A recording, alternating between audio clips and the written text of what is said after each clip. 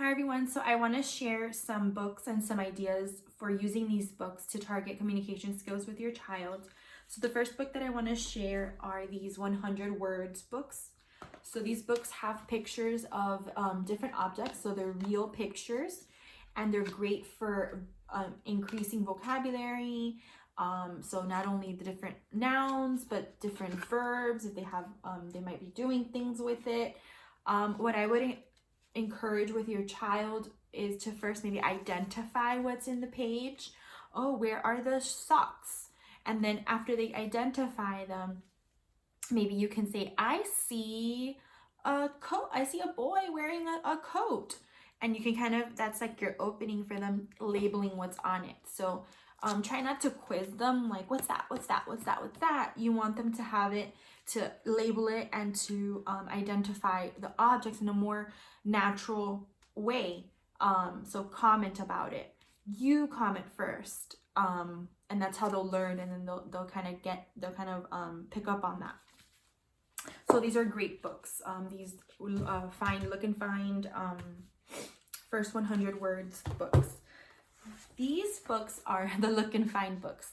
I love these books because they tend to have different scenes, and in the scenes they're super busy. So there's a lot to talk about in the books. So you can label what's on the page. You can talk about what actions they're doing, where are they. So setting, you could talk about the different objects. What do we use for the different objects for? So some object functions. And some of them are really silly. Some things that, oh, what is that dolphin doing? And it kind of gets their attention because it's something very silly. So what I would suggest for these kind of books is to comment. You be the model for commenting about what's happening on the page, and then kind of just follow your child's lead and what it is that they're saying. So if they're not able yet to label what's in the picture, maybe having them identify, like, I spy, do you spy a ball right here? Do you see a banana? And they might be able to point to the banana. So these are just great books. Even if you're just looking at the book with your child, that's fine, as long as you're exposing them to the language that's related to the book. So there's a lot to talk about. Even if your child's just sitting and kind of just listening to what you're saying, that's fine too. That's a way of exposing them and practicing communication skills. So it has a lot of different settings. You can talk about all about these different, you can talk about colors. So they tend to be really busy. And this particular book has prompts for the parents. A lot of these Look and Find books have like different ideas on each page that you can work with and do. So those are great ideas. So these are Look and Find books. There's a bunch of different types of Look and Find books. The other kind of books that I like are these repetitive books. So this is Brown Bear, Brown Bear. Brown Bear, Brown Bear has a very repetitive, when you're reading it, it's repetitive. It's a repetitive script. Brown Bear, what do you see? I see a blue horse. Or they can say, I see a horse. And you can continue. And as you keep reading it, maybe you leave out that I see a, and you turn the page, and maybe your child will, frog. And then you can have them do the sound for the frog. Ribbit, ribbit. What color is a frog? Green frog. And then maybe they'll say, Brown Bear, Brown Bear. So it's very repetitive. It's something that you can do over and over.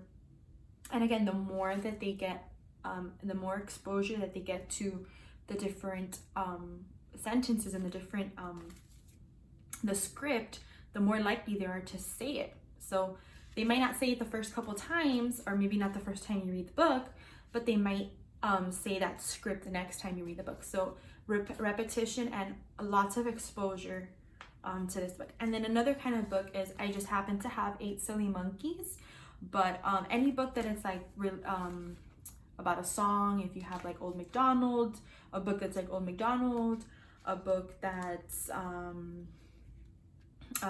don't know, any book, Wheels on the Bus book. So any book that's like related to a song is great. It's a great exposure to reading and to literature. So they're getting that exposure to literacy. So they're learning to turn the pages.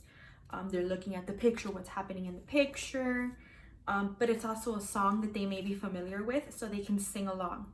And again, this is a very repetitive, those songs tend to be very repetitive, so it'll become easier for them to say and to just participate and to use language for them to communicate.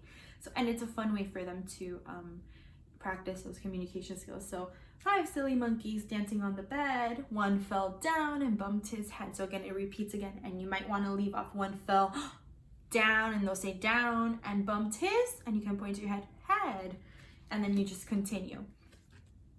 Something you could do when you're reading books is have them say turn the page. So you say turn the page, turn the page, and again, that's repetition, and they'll start picking up on it. So the more repetition they get, the more exposure they get, the more likely they are to use it on their own.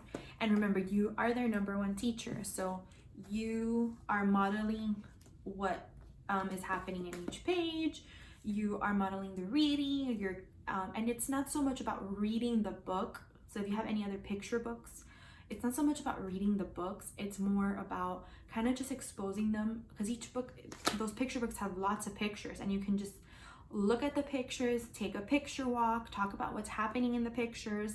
Even if your child might not be talking back to you or might not be engaging in the same conversation with you, by you modeling and by you just reading or looking at the pictures and describing what's happening in the pictures, you're exposing your child to receptive language. So they're understanding what it is that you're saying.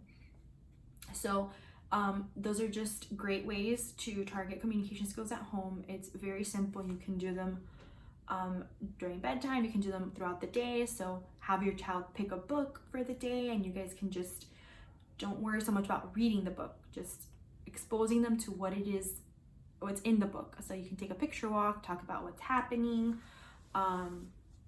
in each page. So I hope you enjoyed it, and thank you.